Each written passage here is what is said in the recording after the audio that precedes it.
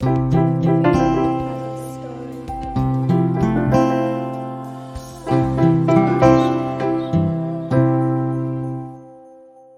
to Find, Tell, Share, the Storytellers podcast. I'm Chris Sissons and my business is Market Together. I'm a local marketing coach specializing in storytelling for business development, marketing, and finding the real work only you can do. And here today is my co-host. Hi, I'm Jemma Rosenthal and my business is Creative Hearts, and I'm a singer-songwriter, dancer, choreographer, actor. I'm also a creative life coach, and I help you to find your voice and live your most creative life. And on today's show, we, as always, talk about everything storytelling, as well as lots of different artistic things, because we like to bring on creative people, and such as our guest, which Chris will introduce in a moment. And we'll be exploring the nature of poetry and art and build a story around a dragonfly and travel beyond the looking glass to discover that the only thing is love. But before that, Chris, tell us about our guest. Well, this time I'm delighted to introduce our guest, Pam Goodison, who is a glass artist. Pam has been working with stained glass for over 15 years. She started by attending a workshop at a local college in Sheffield and caught the bug. Since then, Pam has worked in both the copper foiling and leaded techniques. She has successfully designed and made windows for herself and commissions. Pam has also made smaller pieces such as sun catchers and 3D work. In 2012, she studied the art of fused glass at Darton College. This has opened up a world of different creative opportunities for her, including screen printing on glass. Pam studied art at school and was to go up to degree level.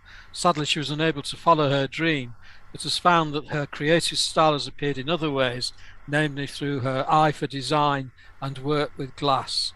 In the last couple of years, she's displayed her work at Countryfile Live at Blenheim Palace, as well as the British Craft Trade Fair at Harrogate Showground. She has also undertaken charity work with Barnsley Hospice, as well as raising money for the Royal British Legion through the sale of her glass poppy brooches. Recently, Pam has started working with the National Trust, which has involved designing and selling a stained glass star, which is unique to the Nostell Priory property. Pam says, "I love working with glass. The colours and effects created can be amazing. I've always had an interest in the stories told in old church windows. The sun shining through them creates a sense of spirituality." So, Pam, how much time do you spend in old churches looking at the windows? Not that much time, Chris, to be quite honest with you, because I spend most of my time either creating things in glass or teaching others to create in glass. But I do like a brief occasional break, and I've seen some amazing windows. For example, many years ago, I had a trip to Toledo, which is the old capital of Spain, and the cathedral there was amazing with the stained glass. But I would like to go to such as Barcelona, etc. as well. Yes. Well, one of the reasons we invited you onto this podcast, Pam, is because you've actually now working pretty much full time on your glass making. So you've turned what at some point you probably thought of as a hobby into a business. And I was just wondering what made you make that decision to take that step? Well, I had been thinking about it for at least 3 or 4 years. And to go from a full-time job where you've worked there for 28 years and become almost institutionalized is quite a big step, really. So I wanted to do it more on a gradual basis, and then cut my hours down at my employment.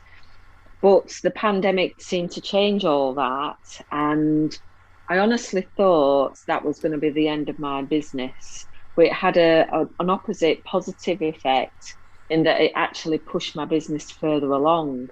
So I could see in about February this year that I was going to have to finish working for somebody else very soon. And I took the decision in May to do that. And at the time, I was panicking a bit, but I must admit, it's worked out brilliantly. Best thing I've ever done, really. So how does it feel now that you're living the dream, so to speak?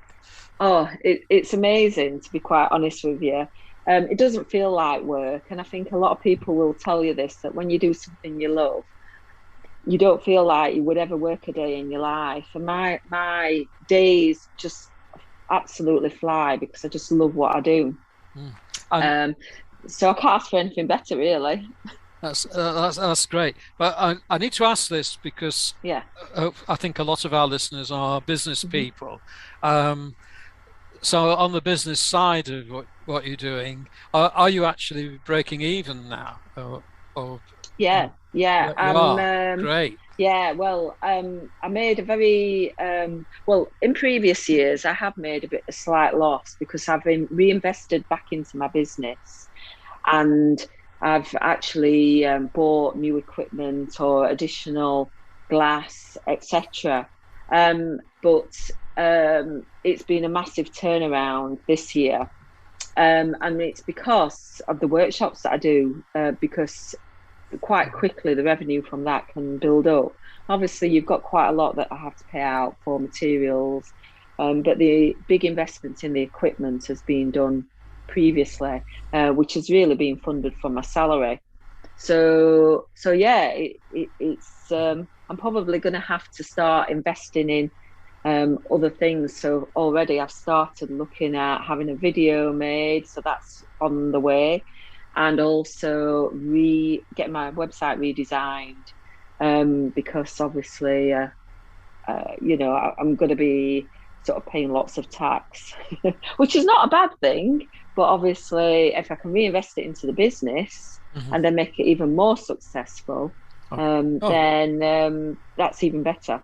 Well, paying tax is a sign of success, isn't it? Yes. Actually, oh yeah, because a lot. You might not want to do people, it, but it is a sign of success. Well, that's it. Yeah, because I worked in a bank previously, and I looked after a lot of business customers. So yeah, I can understand both sides of the coin, really. Yeah, I probably know more about running a business than what I realised before I actually did it myself, because of my other not history, but my other experiences and what I've done previously. Yeah, I'm going to be looking forward to hitting the VAT limit. Oh no. Well, let's just put it this way, Chris. I won't be working on my own. I'll definitely be employing other staff if I ever get to that level. But yeah, that is really good going. So do you warm to this, Jemma, the idea of making a living out of what you enjoy doing? Obviously, like I do what I love all the time, all day long. Whether I actually make a living out of it is questionable at this point in time, but I definitely live. It depends on your definition of success, doesn't it? Because I mean, like today, for example, this morning I was doing a meeting about some creative cards that I'm making with a collaborator who's doing the designs, and then now I'm doing a podcast, and then this evening I'm doing my voice workshops, which is every fourth Friday of the month, if any listeners would like to come along and learn how to find your voice. So I think, and the other day I did a glass making workshop with Pam. I get to travel different places, meet different people, and I'm always learning about creativity, and I think that is a blessing in itself. I think I do find the money side harder personally, just because it's not the way my mind works yet. I mean, I'm trying to change that, but well, no, I don't want to fully change how I think, but just to bring a little bit more consciousness to that side of things. Is making a living is I don't know how people do it, really. I'm quite lucky because I have support that I don't have to pay rent, for example, but I would like to be able to pay rent, because that would be really a nice experience to do, to have my own place. So, yeah, I mean, it's a bit of a, I don't want to say sore subject, Chris, to be able to put on the podcast, but I'm always transparent about, you know, things and the way things are, and I know that a lot of people that listen may be going through similar situations, so I don't want to put like a negative spin on it, but just sometimes that's you know, we sometimes are able to make money from what we love, and sometimes maybe it takes a little bit more time to kind of break even, or I don't know all the terms. Well, I mean, it's the same or similar for me in that I'm now, actually, I've just graduated in the last few weeks to become a twirly, so-called, because I got my pensioner's bus pass, and you can't use them before 9:30 in the morning. And the bus drivers notice all these pensioners getting on the bus and saying, "Am I too early?" Really? So I've become a twirly. But I've also got a pension now, which is supporting me while I work and develop my business. And is that cheating at business, or is it actually an opportunity to try out new things at your own risk?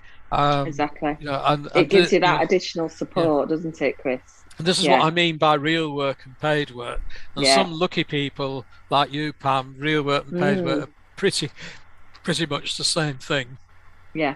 I mean, it took a while to get there, though, Chris.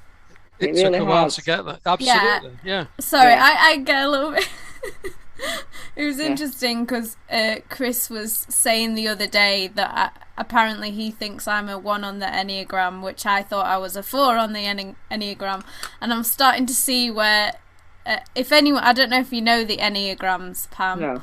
No, I don't. But it's like personality types. But I can feel there's the downside of being a 1 is, well, it's the positive and negative is perfectionism, and so when Chris is saying certain things, I'm like, yes, but I do make money from it, so it is real work and it is paid work, but so I just wanted to, like, because it's almost like I'm listening to him and I'm thinking he sounds like he's just saying that Pam's got this and then I haven't, kind of thing. But anyways, well, never mind.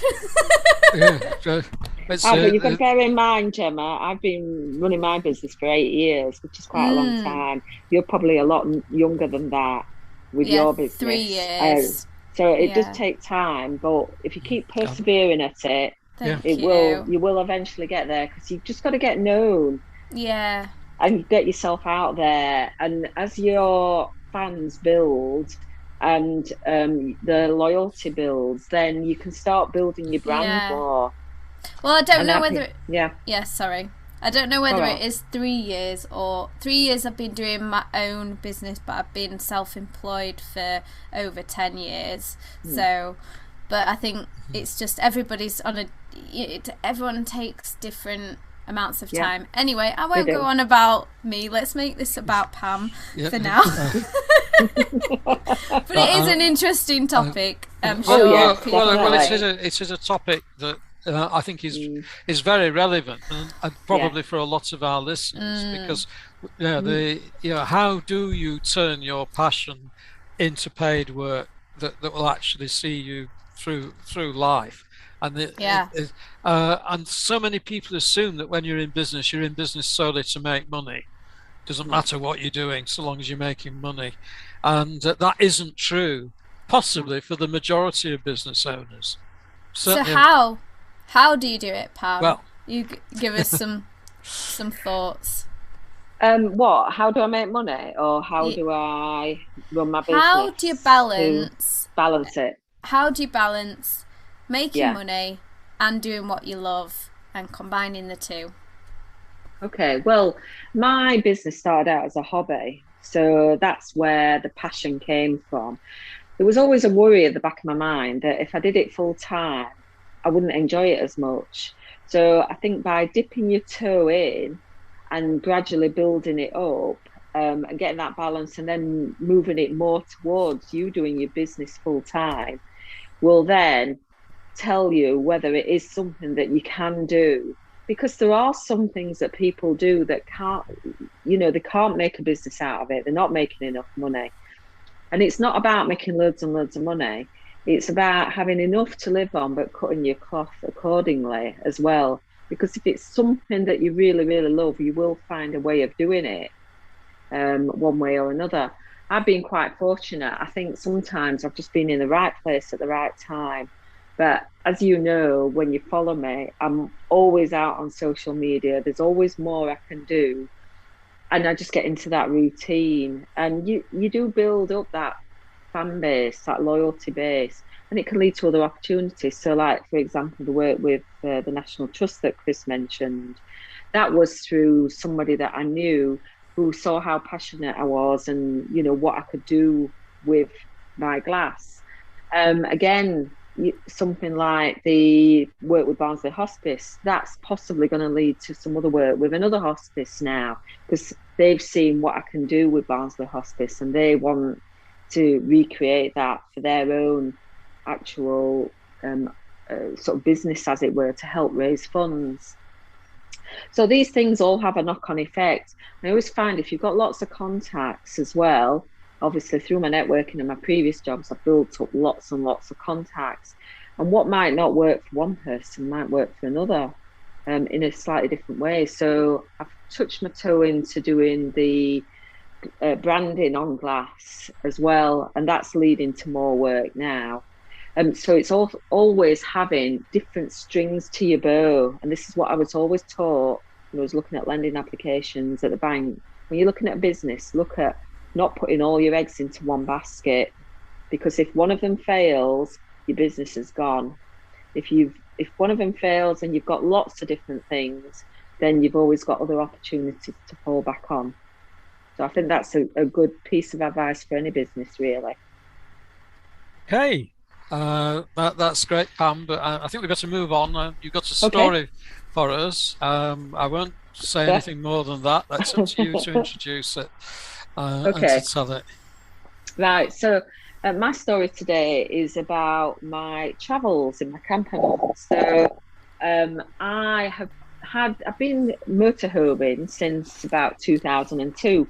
And prior to that, we had a little tent and we travelled into Europe with it. And then we actually moved on to having a caravan, which one of the first times we used it, we had a blowout on the M6 on the way home from Cornwall. And we were sat at the side of the motorway for 6 hours overnight while they tried to find a recovery vehicle to put our caravan on.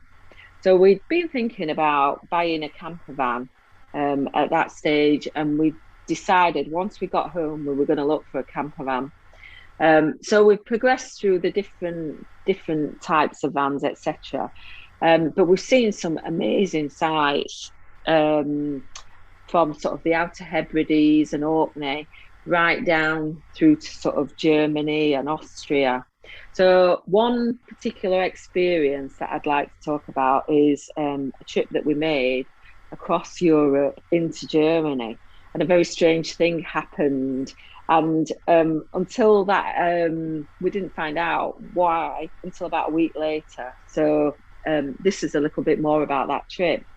So we decided that we'd like to go down through Germany, through the Moselle and the Rhine, and see the sights, because we'd heard about the vineyards. So we saw that they were actually growing these vines right on the steep sides of the valley. And it amazed me, because how do you pick the grapes and how do you cultivate the vines, etc., on those steep sides? So on our trip through Germany, we encountered fairy tale castles, which were amazing.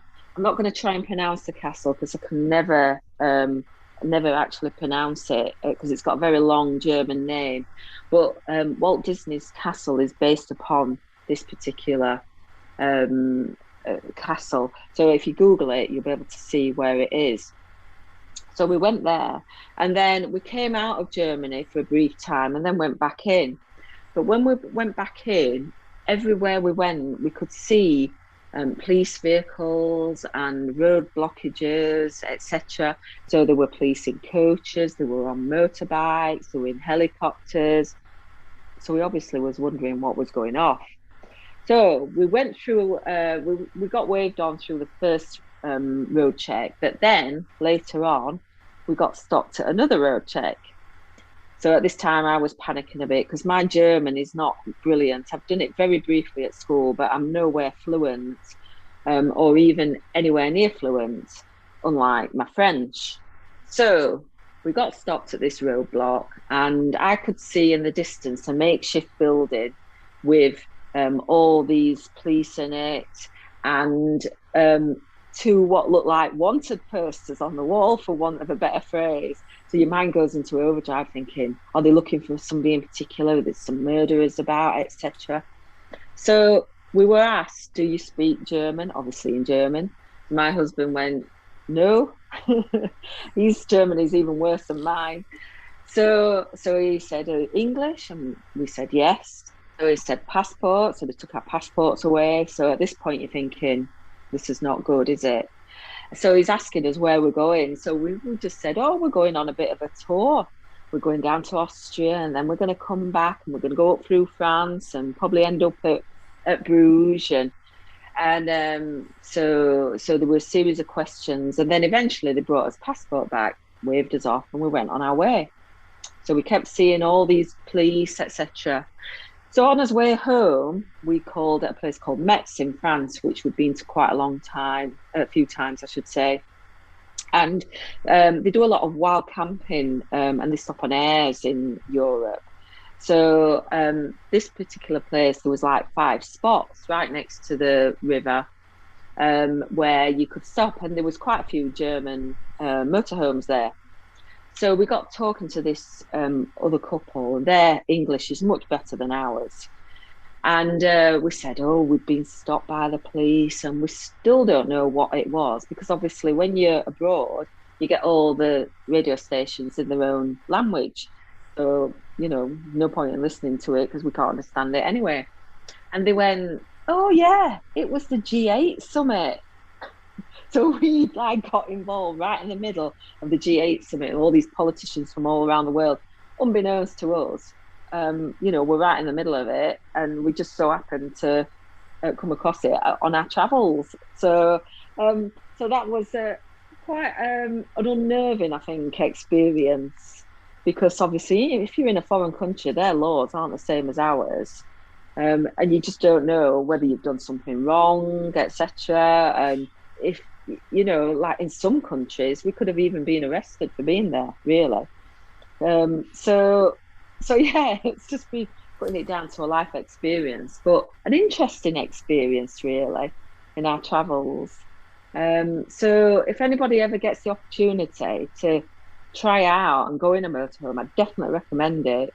Not for everybody, but you will certainly see more of certainly this country, if not abroad, than what you would ever see by stopping, like, say, in a hotel, for example, and experience so many amazing things. So how are we doing for time, Chris? Have we got a little bit longer? Oh, yeah, we're okay for time. Okay. So I was going to sort of say about when we went to France as well, because we went on, have you heard of the Pink Granite Coast? So that's the sort of Normandy, Brittany area. And we've been to Mont Saint-Michel a few times.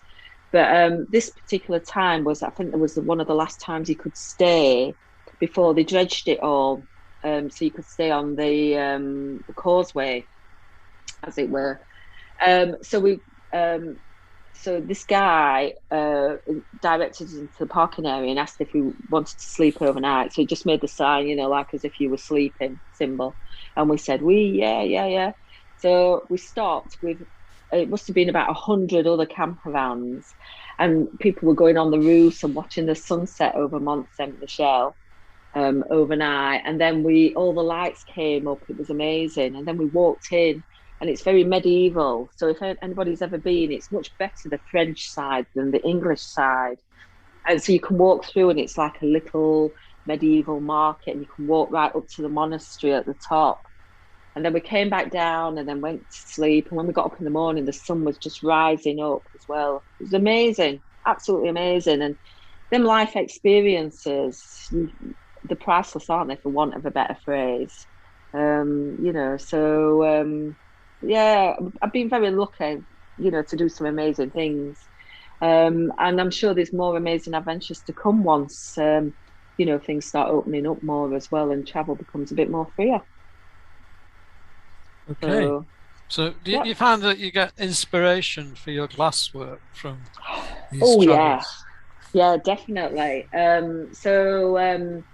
Like our last main holiday was in Scotland. So we did a bit of a tour really, and you see different ideas that you can do in glass.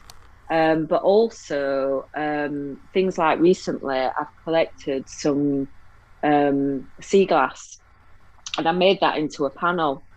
So I like to take inspiration from landscapes and nature. So I've done quite a few glass pieces with things like cottages, with the Outer Hebrides, based upon the little houses, etc. So yeah, I always get inspiration when I'm away anyway, because that's a chance for my brain to sort of switch off, and that's where new ideas and creativity comes in. So you do need that definitely every so often, just to get away from it. I was just going to say, we talk a lot about how to find, it's the find part of find, tell, share. It's, going out in nature, looking at different places, getting inspiration from all different things can really help when it comes to, finding inspiration. Yeah, and creativity. Just switching off allows your creative brain to start that process. Mm-hmm. Yeah, sort of staying on the same topic but moving us on a bit at the same time. The book I want to say a little bit about the book that I'm reading, which is The Music of Time by John Burnside, which I think I have mentioned before on an earlier podcast. And certainly one of the things that he says in the book about poetry is that we have a tendency to go out into nature already with an idea about what we're going to find there, and no surprise, we find it.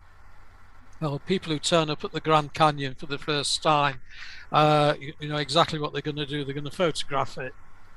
They don't allow it to have the impact. But actually, one of the things that marks out the poet or the artist is that they are actually open to receiving what they see as they encounter nature. They don't try and impose their ideas on it.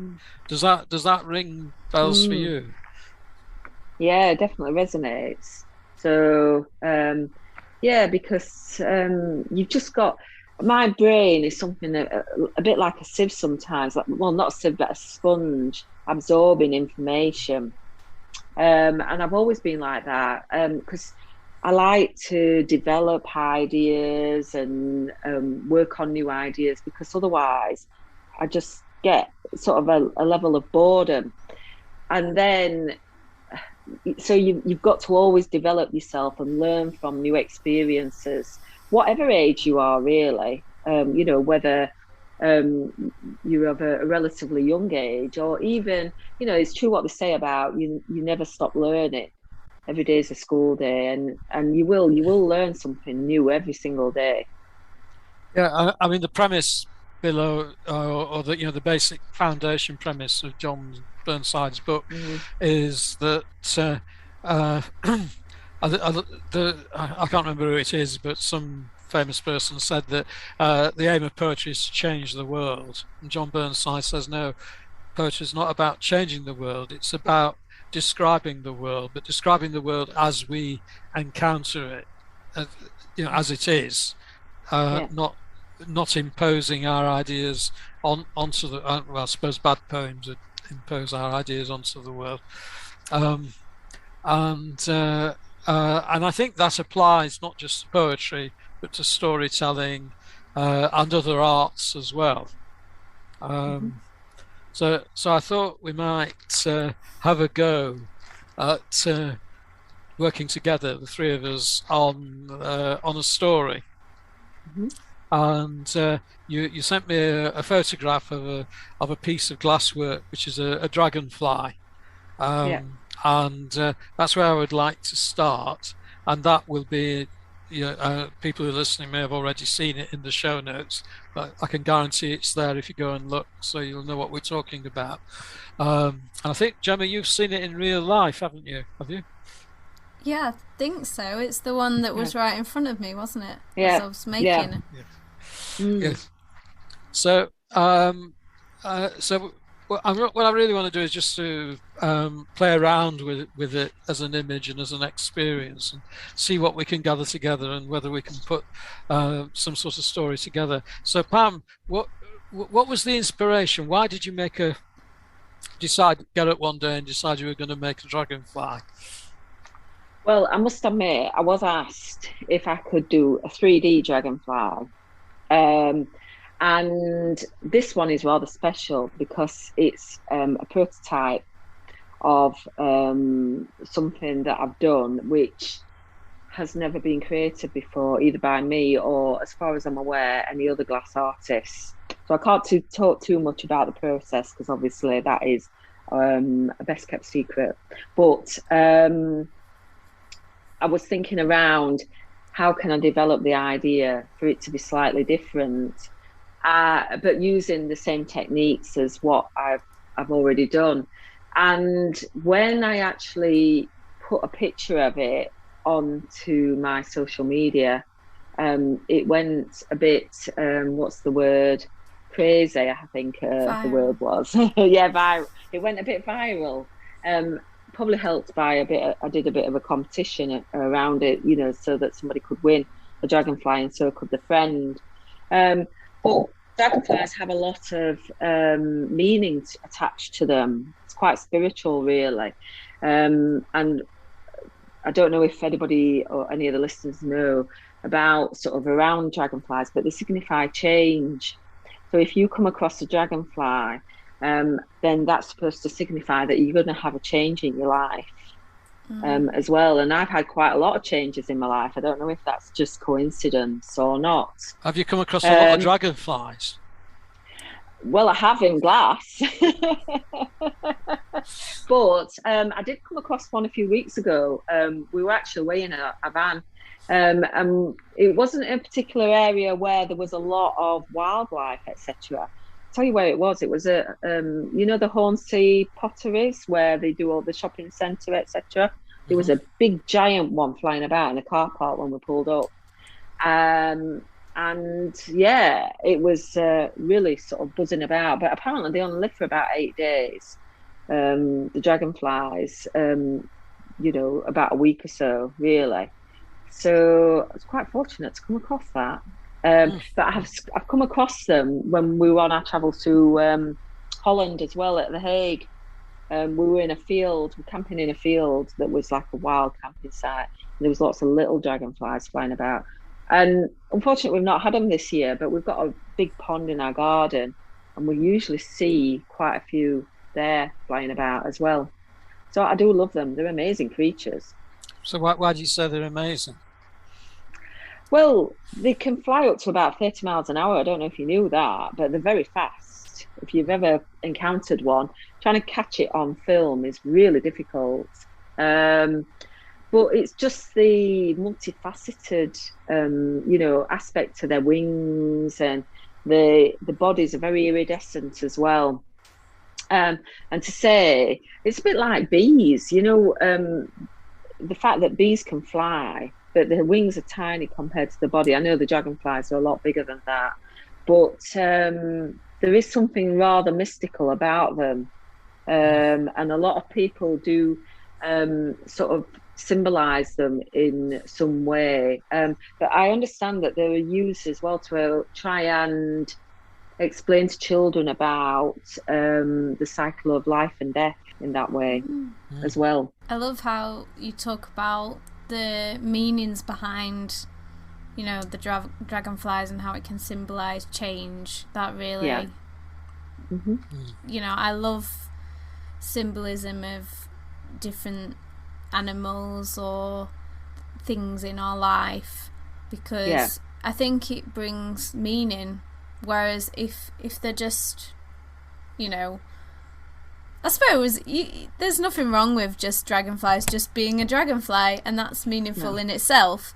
But I think when you can kind of interpret things of like having some mystical meaning or spiritual understanding, I think it brings that connection with all life, rather than just kind of us being a separate being and they're just sort of there. And do you know what I mean?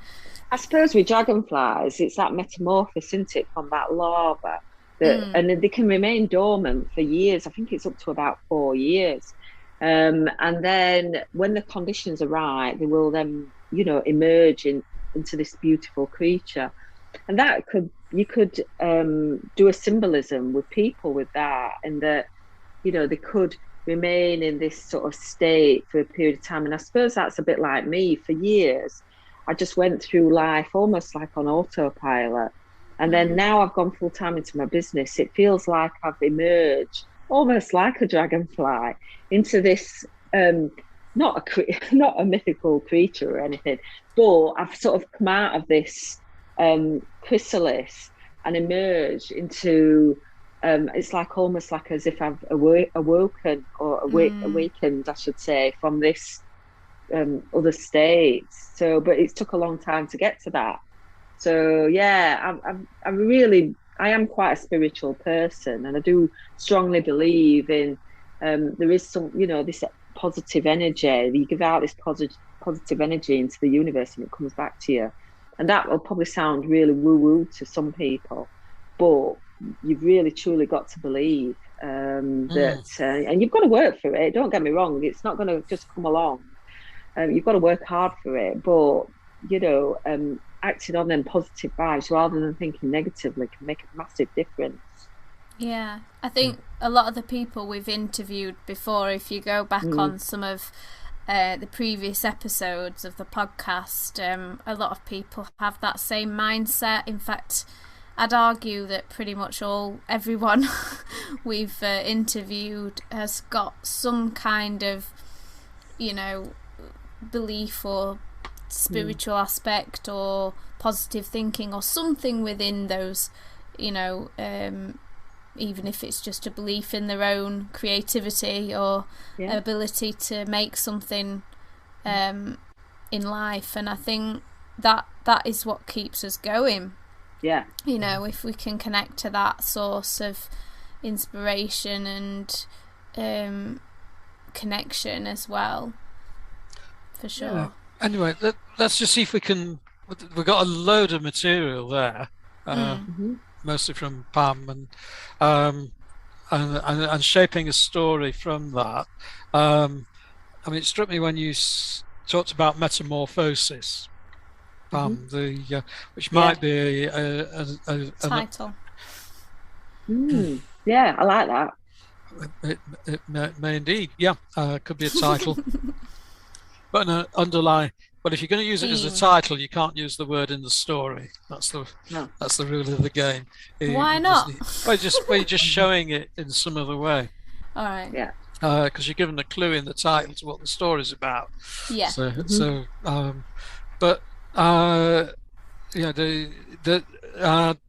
that sort of parallel between the emergence of the dragonfly from the chrysalis and your emergence into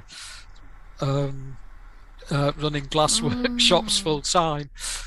Yeah. And it could be quite a good way of you've got the dragonflies in your garden, And although you've seen them in other places as well, I think maybe it sort of contains the story a bit more. I mean, it's up to you. But and you could talk about sitting in the garden. You know, you could begin the story with something like on these lovely warm summer's days, I'd love to sit in the garden. Um, whatever you drink or do when you sat in the garden, or Relax. Yeah. relaxing, and soaking up the sun. And watching the dragonflies. Yeah. Over the pond. We're very lucky to have a pond, and dragonflies are not always easy to see. So actually having some in our garden, it's quite a thing. And then you can just sort of describe them and the way I like the way they say they move at 30 miles an hour, but they also hover. They hover as well. Yeah. So there's that. There's all of that dimension to it, and then you can just begin to move into the life cycle of the dragonfly, and presumably you've got the larvae in the pond. Yeah. So if you've got any fish and the larvae come up and grab them. Well, we've got two ponds. We've got a bit of a wildlife pond with no fish in it, and then a bigger pond. So all right. So you tell the dragonflies to stay in their pond and not to. Yeah. They'll be in trouble. So you've corralled up the. But you see and you'd be just beginning to. And the thing is, it's almost a story that doesn't need a lot of action in it. I mean, you could be sat in your deck chair or whatever you sit on for the whole story. Yeah. And just think of an afternoon, a typical afternoon when you've not got so much on. One of the big advantages of being self-employed is you can take time off when you want it. You sit and watching these dragonflies and just thinking about how and we've all had those sort of dozy afternoons, and and you could dream of yourself emerging from the chrysalis and opening your wings and turning into a glass workshop person. Does that sound like it's got potential for a story, Jemma? Yeah, it's actually kind of similar to the story that I wrote in the book that's now actually coming out. It's out actually, called Treasure. It's an anthology about stories of lockdown, and Chris helped me to kind of make it into a structure, and but I actually started it with I'm sat in the garden, and it was all about how the metamorphosis in it is, because obviously in COVID we couldn't do anything. We had to stay in the same place, but during COVID, two things, my emergence of or metamorphosis was that I started to grow a garden, so the flowers came up, and I also became a writer and published author, which I used the material that I'd written during lockdown, and used that as for these stories that I was asked to be a part of. So it just made me. It's a similar kind of thing in the sense of, using the garden space, but also that metamorphosis. And I do think, maybe Pam could use, so you could kind of expand the story by talking about her metamorphosis coming into her true self, I would call it, her creative self, which is what I always like to help people to do, because that's my passion, is to be creative and help others to be creative. So Pam could really, and she could even go as far as talking about how she does that with her students as well, how she helps them go through that process as well. So like you did with me when we were making the glass, and we start off and we go, we don't know what we're doing, and Jada was also there with us, and you help us to learn how to make glass and learn how to do it, and I don't know. That's just a few ideas that came as from what Chris said, is to sort of expand it and, talk about. And also, sorry, go on. Carry on. I was just going to say, and I get more back from that as well, in that, like what Jade made. She made this elephant, Chris, with like a patterned glass, which is not normally a glass that I have, because I made it myself. But that inspired so many ideas to how I can build on that. And I have thought about that in the past. I've just never really explored it more. So it's brought me back to that. And I've had so much positive feedback about it as well. I think the thing to remember when you're shaping the story, Pam, is to find your true self is not the end of the story. Yeah. I think it's really important. It's about finding your true self. It's a continuous process. There's always more to it. It doesn't end, and that's where the pleasure in this sort of lifestyle is, I think. It's not that one day I shall be a great artist and then I'll be able to sit back and enjoy my life. It's that continuous becoming. Which perhaps the dragonflies don't know, because they die after 8 days. So it might be a sad ending in that sense. Oh, don't say that. But, well, in that sense, we're all like dragonflies as well. Oh, The finding we're not going to live ends forever. at a certain point. Yes. And takes us back into the tombs in the old churches where we sort of began. I think though, I went off into my own and then I just suddenly heard to the tombs where we but I was gonna say that I've forgotten now, but it's something about every story has to have, I understand what you're saying, Chris, but also within the framework of a story, because there's always another story after the story where you'd start all over again. So, but it's cycles, isn't it? So it's cycles of birth and death and kind of like, so you might have one story where it's a metamorphosis and the person, comes into their true self or their, whatever their journey is. But then, because every story sort of has to have an end, but obviously life doesn't have an end, so there's always another story. Well, not until the end. Well, it doesn't, because there's always another story. So even when a person dies, there's always someone else being born or something else being born. So it's always continuous process of birth and death, and it never stops. I mean, tell me anyone who's found it to stop. I don't think you can, because it continues, and that's how nature works. So it's that's what I believe anyway. Anyway, just to move us on, because Pam, you've got material there. Do you think you might use it? You can be honest. You don't have to if you don't want to. I'm sure with some inspiration from both yourselves, then yes, I could. Yeah. So we'll look forward to seeing that on LinkedIn. And I believe you've got something for us, Jemma. Or we wrote, should I say, although Chris probably won't want to put his name to it. Yeah, but... absolutely, I will have that. No, but I think, what we wrote, because I sang to Pam the other day,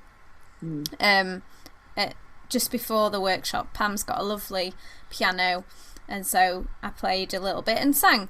And then I sang a Carmel song, which I wrote for Carmel, which is, I think it was episode 3, was it? It was quite 3. early on. Yeah. And I said, Chris had given me this inspirational task to write a song for our guest. And so then I thought, well, maybe I could do something for Pam, but I've not thought of a song. But when me and Chris was talking about what we could do for the podcast, we did write this poem. No, it's very rough, I must say.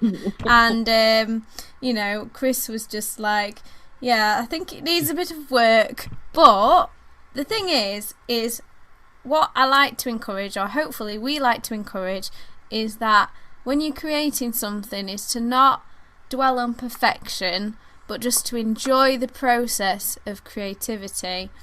So, I apologise, Pam, if this... never apologise. Yeah, just get on with it. Just get on with it. Okay, right. Here we are. Oh, just to mention that Pam has 2 dogs, and they also feature in the poem. Pam, the glass-making lass, shapes stars and hearts that shine like brass. Ziggy and Flo would like to go for a walk, but Pam must talk with her class and help them create lots of shapes. Oh, the things they can make in the glass-making class.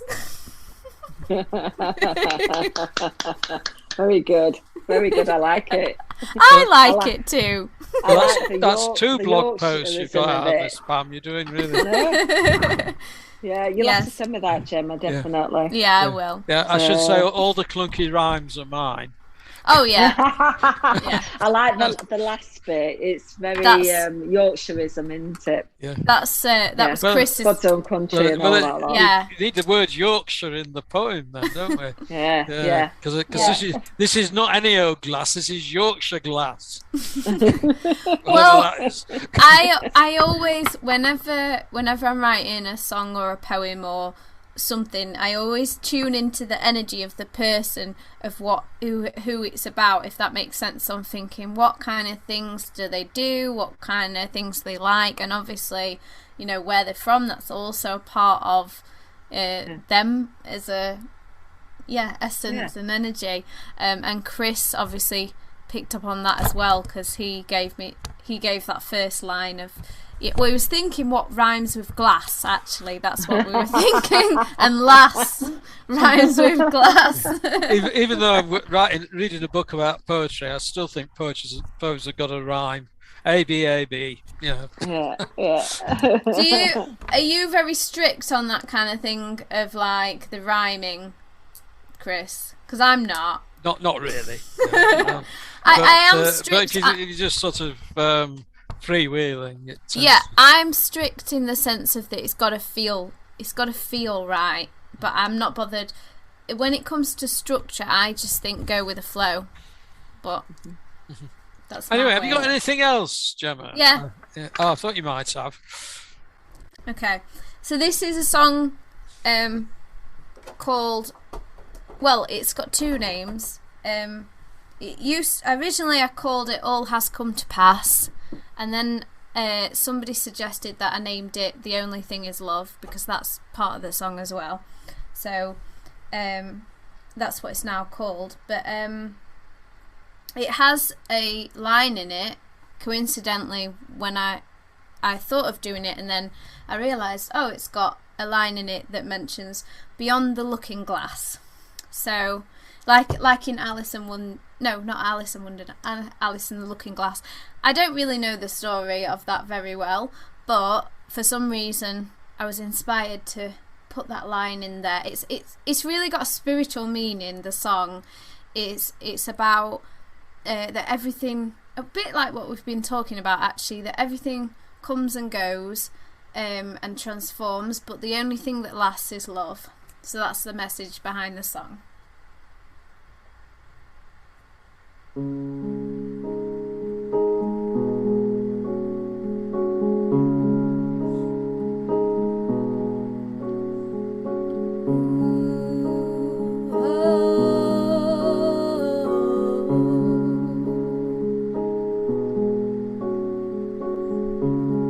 All has come to pass beyond the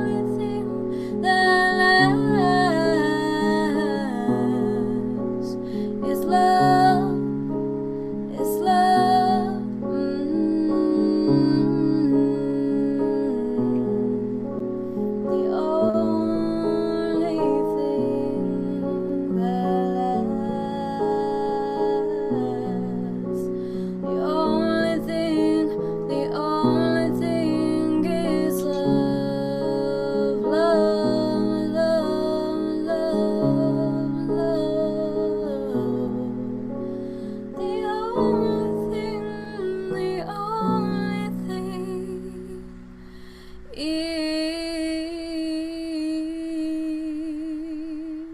love. Thank you. Thank you, Jemma. What was the inspiration for that song? Was there an event that triggered it, or? I really don't know. I think I'd been on a spiritual retreat at some point. I think it was written in around 2017. I'm not sure, but I'd done a lot of work on spirituality, kind of connecting to love and things like that. I don't think there was any specific event or thing. I can't remember when I wrote it. It's really weird. It's one of those weird songs which just came out of nowhere and existed. It doesn't have any kind of... I have no reference point apart from perhaps that I'd been on a retreat. But I don't even know if I did write it near there. It might have been ages after. I can't really remember. But yeah, there's no specific inspiration apart from the song itself. Yeah. So we're seeing all sorts of different sources of inspiration, from the natural world, from life experience, and sometimes your subconscious goes, try this. Yeah, I think that sometimes you just get like a pure, almost like pure inspiration, which just seems to just, I say it like drops from the sky sort of thing, which you just, oh, this just happened and you just know what to do. And I don't know, that's the mystical element of it. I don't know if that's ever happened to you, Pam, or if you know what I'm talking about. There's been a lot of coincidental things that have happened, and I always think, even if something is a bad experience for you, you would learn from that experience, so it leads to other things, and it's difficult to explain, but I always think, learn from it and use it in a positive way, if you can, if that's possible. Sometimes it's difficult, but I think when you look back, like what's happened with me in the past with jobs, etc. At the time, I might have felt a bit traumatized because that job's not worked out as I expected it to, and you feel like you put your heart and soul into it, but it's leading me down a certain path to go down a certain route. And in my experience, it's taught me to go with my business, which 5 years ago, I'd have never thought I would have been doing it full time now. So it's just learning from them experiences. Yeah. Yeah, it's like every experience in life seems to lead you to what you're supposed to do. I feel if you follow it, there's like little nudges, go this way, go this way. Yeah. And often when you have those jobs which don't seem to work out, or relationships or things, situations where it can feel, hang on, this isn't what I wanted, or it's often because those things have to fall away in order for you to do what you need to do, and that's a hard lesson to learn sometimes. Yes, it is. It happens, yeah. And then it's only through letting those things that aren't working go, and then doing the things that do work, that you then go, oh yeah, this is supposed to happen. Exactly. And it might not feel like it at the time. I think as time goes on and you look back at it, you think, yeah, that happened for a particular reason. But it's quite difficult to see it at that point where you're actually in that situation and you're not away from it. Yeah, definitely. I think it's been a very inspiring talking to you and meeting you and doing the glass making as well. I really enjoyed it. So I do recommend to anyone that's thinking of doing a workshop with Pam, or if can you buy your glass as well, I'm assuming? You can commission a piece, or you can buy through my website or my Facebook page as well. And I do gift vouchers as well. So if anybody thinks that they're wondering about what to get, an unusual gift for somebody, they can either purchase a gift voucher for a workshop, or just a voucher towards buying some glass, really.